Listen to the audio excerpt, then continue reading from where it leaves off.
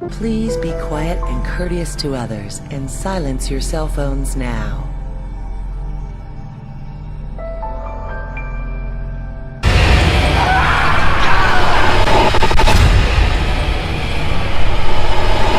No one tells stories as well as I. What's going on, YouTube? It's NCL Place to be children. I'm saying back to give you guys another movie experience. You know, back in the day when I grew up, I used to love Halloween. I still do. And one of the things I used to love watching, especially on HBO, was Tales from the Crypt. Now, if y'all guys are familiar with Tales from the Crypt, it was a very eerie anthology series that had this little crypt keeper that told different tales and different horror stories within the show. And that was a really good show that I really enjoyed watching. And I recommend anybody go out there checking it. So throughout the 80s and the 90s, Tales from the Crypt Keeper, you know, they dominated. So as the 90s is on, you know, we are at the height of like hood movies and stuff of that nature. They said, well, you know, we like Tales from the Crypt. Let's African Americans get their hands on it, you know, and let's try to make something that, you know, we can relate to. Enter Tales from the Hood. Now, the first Tales from the Hood featuring Clarence Williams III, I enjoyed that movie. It's actually considered a cult classic, coming out in 1995 with the same kind of setup as Tales from the Crypt, except in the movie, whereas we get the main guy telling the story, and we all get about 4 stories within the movie, and then we go into the final story. So that's what I enjoy from this. So with Tales from the Hood, people were saying, hey, are they going to make like another one? Because, you know, it's been a while since they made that.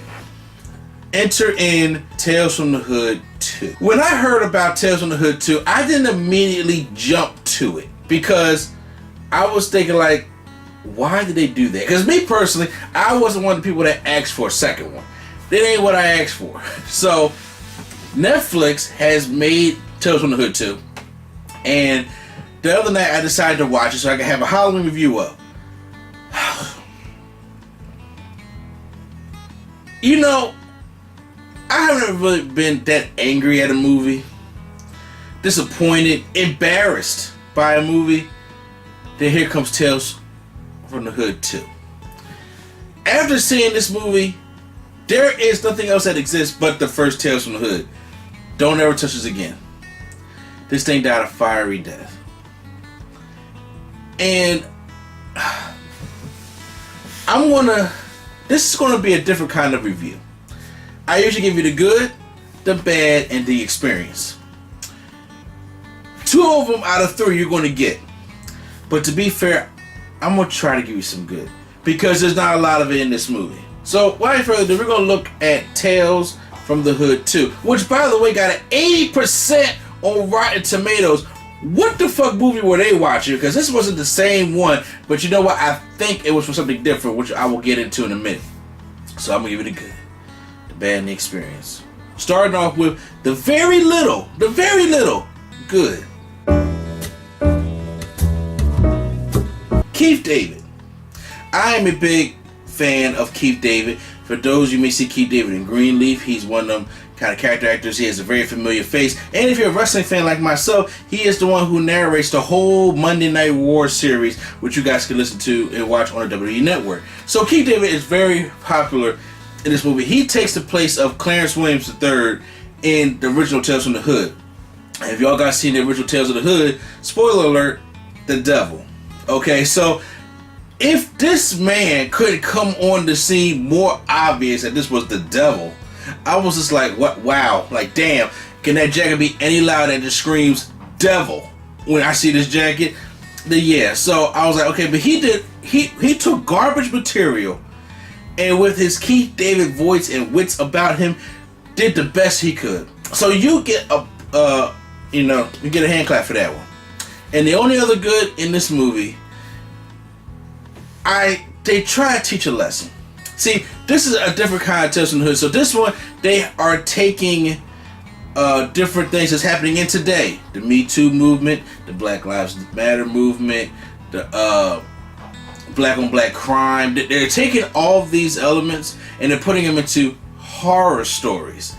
And I appreciate them trying to teach a lesson to people who may be ignorant or don't want to find out about history. So when they watch it, they learn something about history.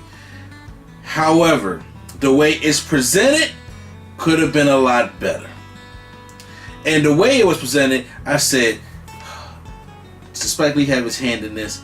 I know when you put a executive producer thing on there, you just do it to help the movie get some credibility because your name is on there. But this feel like just a preachy thing of mess here. And that's all the good I got. If you even want to call it that good. After this, we're getting to the bad. You know, okay, off the bat, you know what the problem with this movie is? It's supposed to be a horror movie. Tales from the Hood, which has come from Tales from the Hood, which come from Tales from the Crypt. This is supposed to be a horror movie, and this is how we start out. Mr. Diomede Sims is here? You're not what I was expecting. I assure you, sir, no one tells stories as well as I. Nothing scary at all. We're in a field, daylight, bright, and we're doing a robo experiment on a robot that you want to tell. They want Keith David to tell stories to so it can process it in to help find threats in America. What? I'm not making this shit up. That's the truth. That's the beginning. Robo Hell is what the story is called because if you know Tales from the Hood, you got one whole story, the beginning, and then at the end, he tells the 4 tales. So we're going into our 4 different tales, and each tale lacks everything about a horror movie. Everything about a horror movie. And you know, if you just take a look at Tales from the Hood, if you look at the first story from Tales from the Hood, I've been waiting for you boys. you take the first story, Road Cop.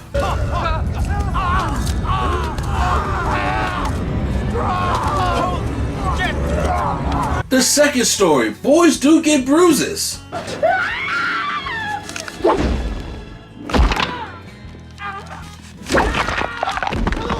The third story about the KKK.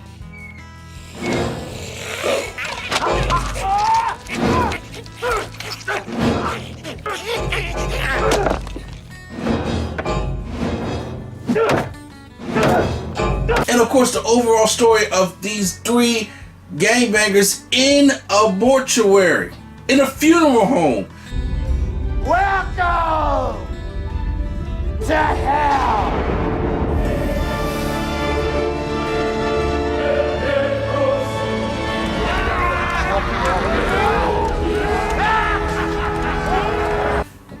The setting. This don't have any of that in this movie at all. That's one of the big glaring issues about it. I'm like, what am I watching here? This is like I'm watching a literally not even a straight to Walmart movie kind of thing. It's more of a type of, I woke up Saturday morning and this came on at 2 o'clock. Like, this is what I'm looking at right here. So we get into the first story. The first story being called Good Golly. I lie to you not. Keith David says that, and that's the only title we get throughout the whole thing. Good golly.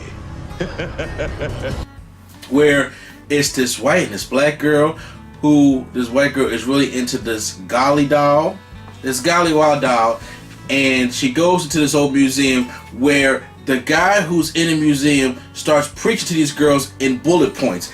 Nobody talks like this in bullet points, okay? He really, it's like dun, dun, dun, dun, dun, dun, the way he's talking. Look for yourself. Slave masters used to brand their property with a hot iron. But as we became free men and women, America needed a new way to mark its property. A new way to control the Negro, keep him in his place. Can you imagine somebody talking to you in that kind of a bullet point type of state? You can sit there and ask them anything. Hey, yo, man, do you want some eggs with your bacon? A chair is made from the sacred wood of a slave ship. The grain is a product of the blood shed by men and women who were beaten and died, chained within its bowels as it traversed the Middle Passage. And in this story, the doll comes to life, kills them all, but the one who's obsessed with it starts having sex with the doll. Yeah. Just in case y'all going to watch it, I'm not going to spoil it for you of what happens next. But it's stupid. there's nothing horror about it to me at all. I'm not even scared. I'm not even like even on the edge of my seat. Not all horror scares me, but horror had that element of it to play with your mind a little bit. We go into the second story. By the way, don't get no name of introduction to the story.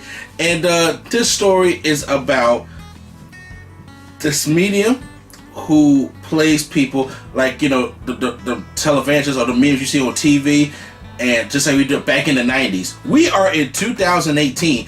I have not seen a medium other than you talk about Hollywood mediums, stuff like that, where they interview people, but the ones where they have the whole talk show and they're calling people from the audience to tell them how I can speak to the dead. We don't have them shows anymore.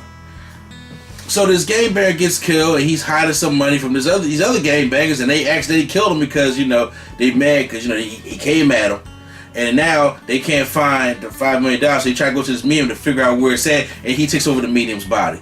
I'm telling you right now, this episode was more laughable than anything, and the acting is terrible. Especially, it takes a lot. Of course, if you're still alive, you don't know what it's like to die. However, I'm pretty sure if somebody gets their neck snapped, they don't brace themselves before they fall. Just saying.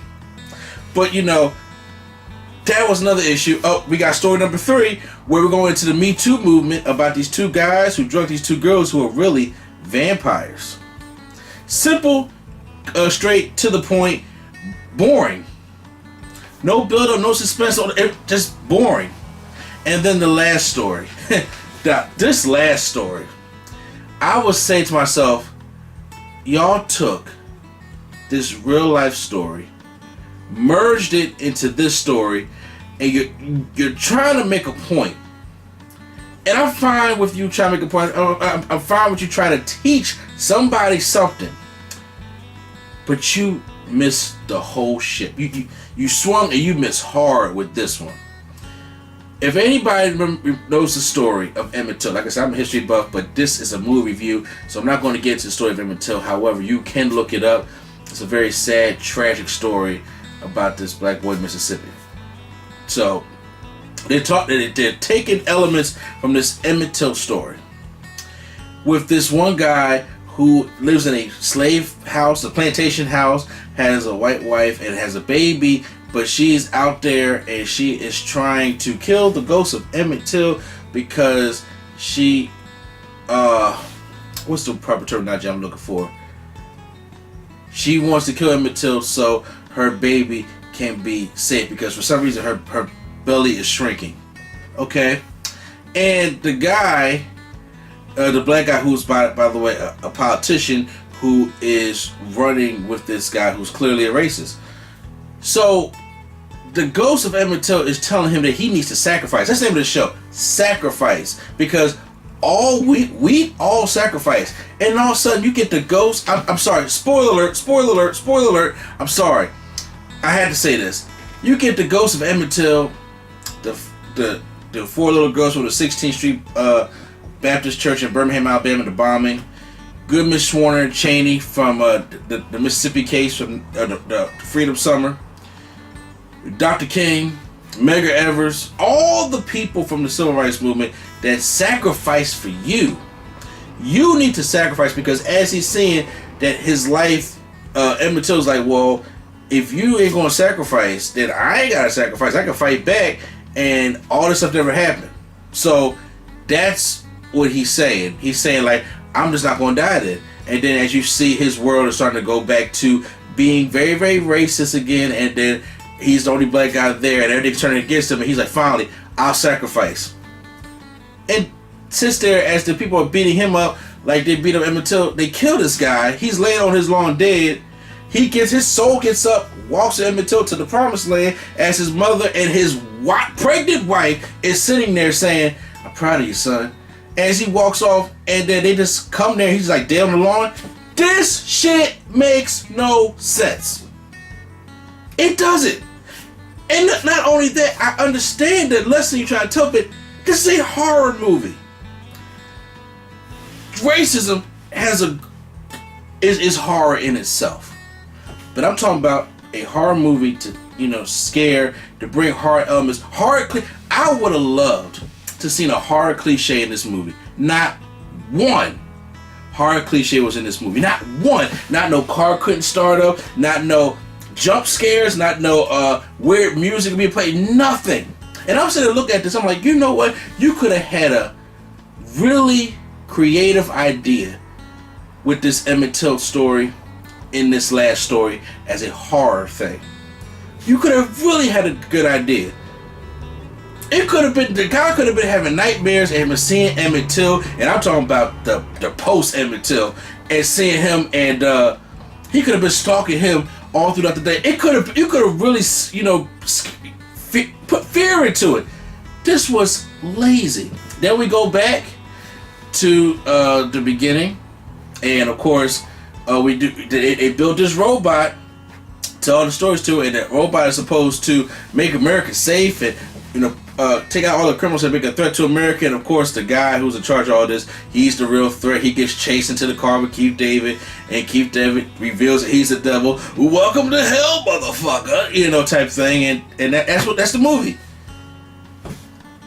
This was garbage. I know I just explained the whole movie to you, and I explained to you all in the bad, because this movie dropped the ball. What about this movie? First of all, my man, the director, Rusty Kennedy, I know I said his name. I know I said his last name wrong. Bro, you are out the times, bro. You are stuck in the 90s. It really is. And it shows with the different music and its different styles he plays, stuff like this. This movie shouldn't have been made. It really shouldn't have been made at all. It was really a disgrace to the history that they were trying to teach us. It was a disgrace to the horror genre. It was a disgrace to Keith David. It's a disgrace to Netflix. How did this thing get 80% on Rotten Tomatoes? I don't know. It had to be because of the lessons that, or the racial overtones they had in this movie. But this movie was ass. I would not recommend anybody a fan of horror to go see this movie. But you know what? We do have one more category, and that's the experience. So, me and my wife, we was home all day yesterday because I had to take care of her. Decided, hey, let's just pop this on Netflix. And I'm so sorry I did that to her. And we sat there and watched this thing, and I was like, this is unbelievable. This is unbelievable. There's nothing about this is scary at all.